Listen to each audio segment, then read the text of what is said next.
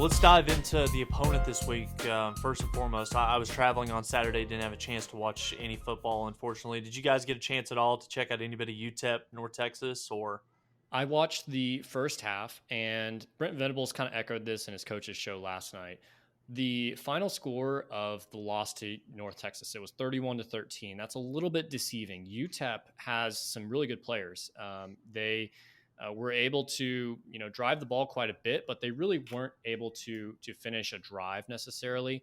They had two receivers that went for over 100 yards each, and they were moving the ball. They just couldn't finish a drive. I think they had one that ended in a fourth down inside the 25, 20-yard line area. They had a couple turnovers, but their quarterback, Gavin Hardison, is a guy that threw for 3,000 yards. Now, that doesn't seem like that crazy, 3,000 yards last year, not in the opener. But that's very rare for a program like UTEP. So he's probably he might go down as one of their best quarterbacks in UTEP history.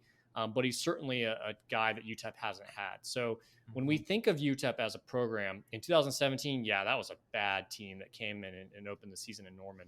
UTEP now is still, it's just a hard program to recruit to. So it is not the greatest G5 program, but they're at least somewhat respectable. They went to a bowl game last year. There's probably a good chance they go to a bowl game this year. So there's enough there to test this, especially on the defense, in my opinion, to test OU's secondary. Yeah, Adam, you make a really good point. I think that there's a lot of fans that probably didn't get a chance to watch that game, me included. But if you just go ahead and look at the final score, North Texas 31, UTEP 13, that is very deceiving in terms of how close that game actually was, like you alluded to. UTEP missed a chip shot field goal. I believe they had 4th and goal on the 1-yard line. Center snapped it over the quarterback's head. And then, of course, a UTEP player dropped a wide open touchdown pass. Wasn't anybody even remotely close to him. Should have been an easy 7 points. So there's 17 points right there in a 31-13 loss. So the score is not as indicative of what this game should have been for the Miners on this past Saturday. But no, Adam, let's kind of dive into this a little bit. When UTEP has the football, what this is going to look like for the Oklahoma defense. And for UTEP, it all starts with the quarterback position. Like you said, Gavin Hardison, 293 yards and 1 touchdown a week ago. Had to throw the ball 48 times to do so against North Texas on Saturday. This guy's got a really good arm. He's got a couple of solid weapons to throw the ball to. So I think that this should be a nice opening test for Jay Valai and Brandon Hall's groups in that OU secondary.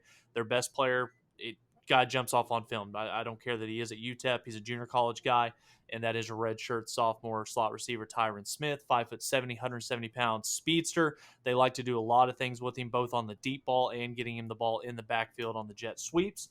If you go back and watch some of the highlights, he definitely showed his big play potential against the Mean Green on Saturday with over 120 yards and a touchdown. But guys, I feel like we're going to be saying this over the next couple of weeks. This is going to be a huge mismatch on Saturday for Oklahoma. Oklahoma's defensive front seven should have a field day against UTEP's offensive line.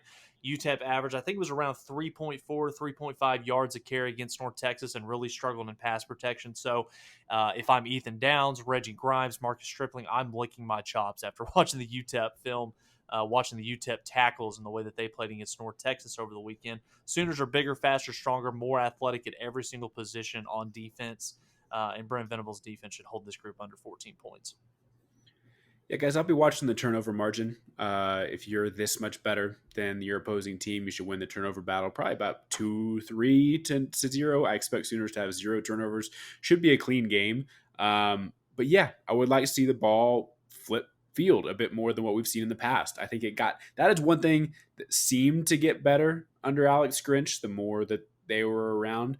But you would think with Venables, his multiple styles of defense, that should be something, especially early on in the season, that should confuse quite a bit of the opponents we face, probably up until about TCU or so, before teams really have some tape to go after. So that's one thing I'll keep an eye on. If the front seven can get home, we've spoke all offseason about how the back end, the cornerbacks, and the safeties seem to be the strength of this defense. As not seeing any necessarily game film yet, but what we know leading into it, that's where the experience is. That's where the depth is. If those guys can get home, you would think that secondary can have a field day with some interceptions. Yeah, I think it's probably a safe bet that UTEP quarterback Gavin Hardison is going to be running for his life for most of the game on Saturday. And Adam, anything on this before we flip over to the other side of the ball? Let's go to the other side. Same story, different side of the ball. North Texas wrapped up 183 yards on the ground against the Miners on Saturday, and quarterback Austin Ain for the Mean Green Three for 236 and 3 touchdowns. So Dylan Gabriel, this rushing attack, they should have a field day. They should be able to do whatever they want. Jeff Lebby, whatever he calls, OU is going to have the advantage at all 11 positions. Just kind of taking a deeper dive into the personnel grouping for UTEP.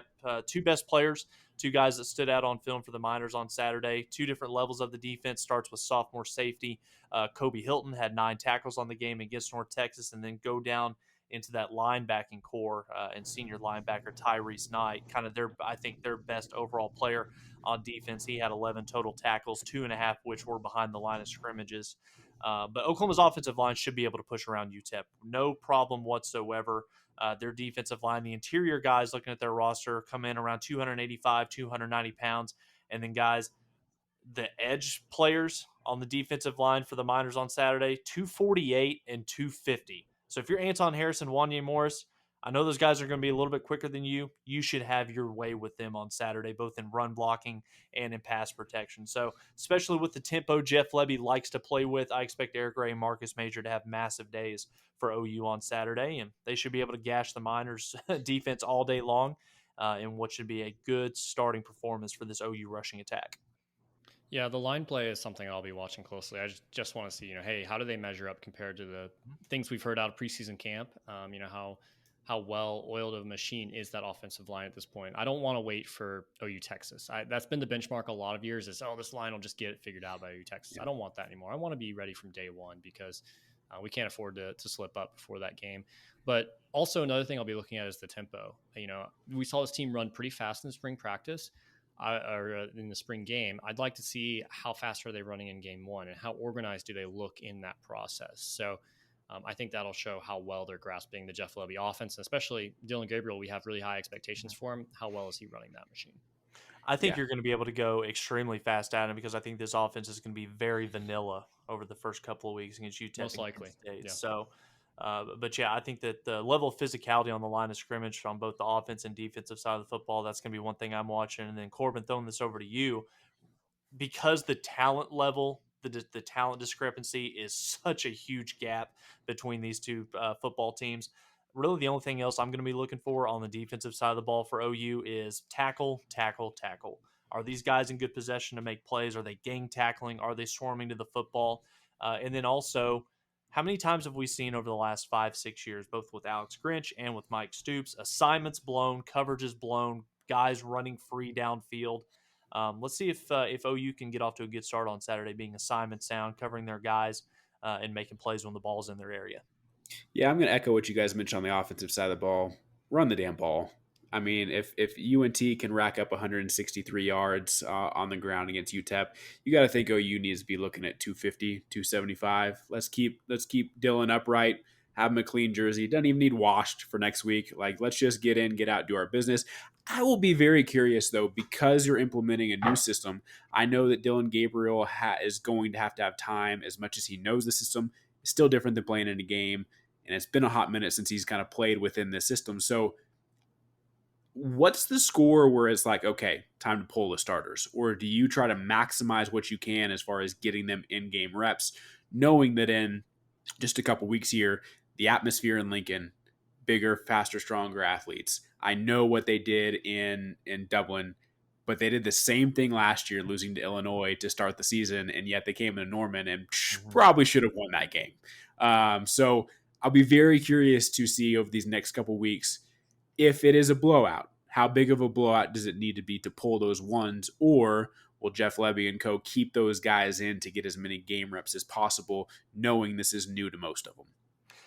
I think if there's one thing that we know after watching Jeff Lebby offense over the last couple of years, the starters might get pulled from the game, but the offensive philosophy is not going to change whatsoever. They're still going to be going fast, going up tempo, just plugging and play with your second and third string guys trying to score. So I think it's probably the same situation where, starters probably play 3 quarters, then get your guys in there for some added depth and experience in the fourth quarter.